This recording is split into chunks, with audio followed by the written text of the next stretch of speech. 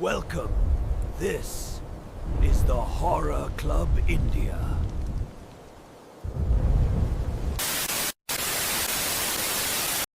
तो आज बात करते हैं एक ऐसी कहानी की जो हमारी संस्कृति में बसी एक बहुत पुरानी मान्यता नजर से जुड़ी है। ये कहानी है धोखे की, काले जादू की और एक ऐसे बचाव की जिस पर यकीन करना मुश्किल हो जाए। ये लाइन एक तरह से इस पूरी कहानी का निचोड़ है।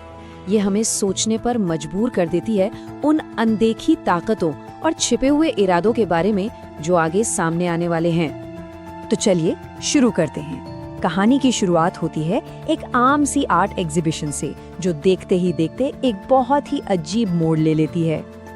यहाँ हमारी मुलाकात होती है कहानी के मेन कैरेक्टर अजय से और उसी घटना से जो इस पूरे राज की जड़ है।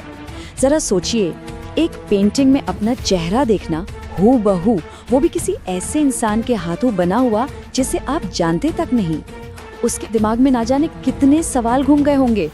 तो जब अजय उस आर्टिस्ट मालिनी से मिलता है तो वो बड़ी मासूमियत से कहती है, अरे ये तो मैंने बस अपनी कल्पना से बनाया है। सुनने में कितना सच्चा लगता है ना? लेकिन असल में ये एक बहुत ही सोची समझी चाल का पहला कदम था। अब जो चीज एक नई दोस्ती की तरह शुरू हुई थी, वो बहुत जल्दी एक डरावना और बेचैन कर देने वाला मोड़ लेने वाली थी। मालिनी बहुत ही तेजी से अजय की जिंदगी का एक अहम हिस्सा बन जाती है।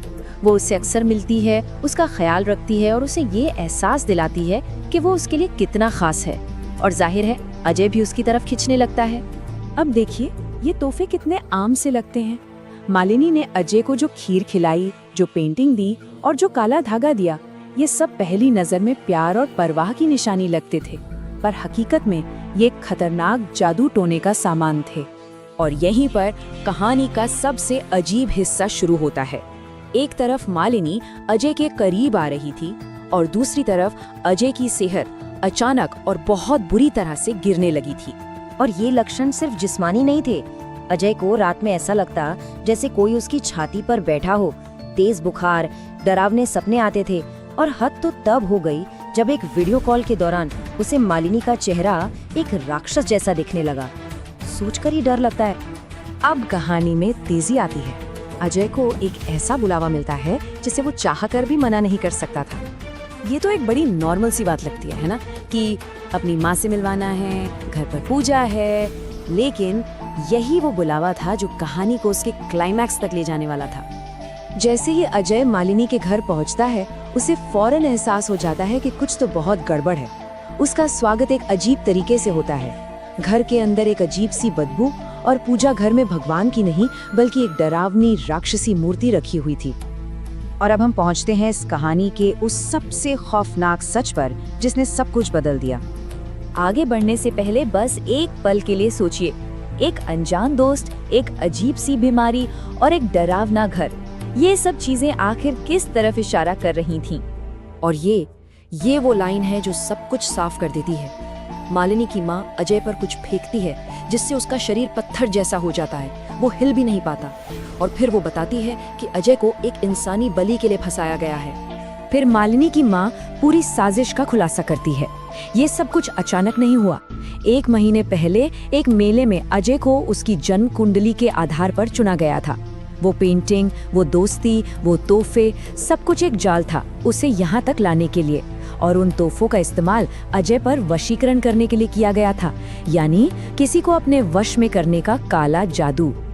तो अजय अब पूरी तरह से बेबस था। मौत सामने खड़ी थी और तभी एक ऐसा चमत्कार होता है जिसकी किसी ने उम्मीद नहीं की थी।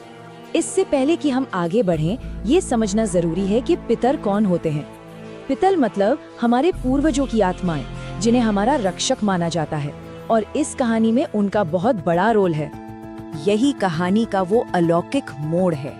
ठीक उसी पल जब अजय की बलि दी जानी थी, मीलों दूर उसके पिता के शरीर में आकर परिवार को चेतावनी देते हैं। उनकी ही शक्ति अजय पर हुए वशीकरण को तोड़ देती है और उसे वहां से भागने का एक मौका मिल जाता है।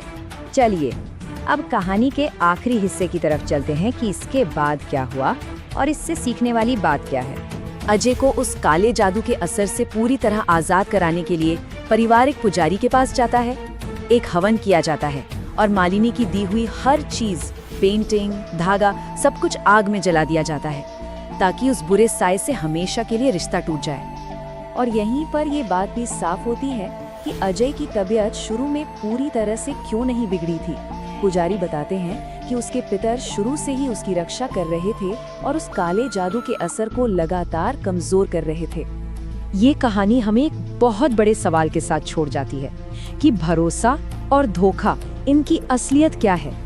ये हमें सोचने पर मजबूर करती है कि कभी-कभी जो चीज सबसे अच्छी और नेक लगती है, उसके पीछे का इरादा सबसे ज्यादा खतरनाक हो सकता है।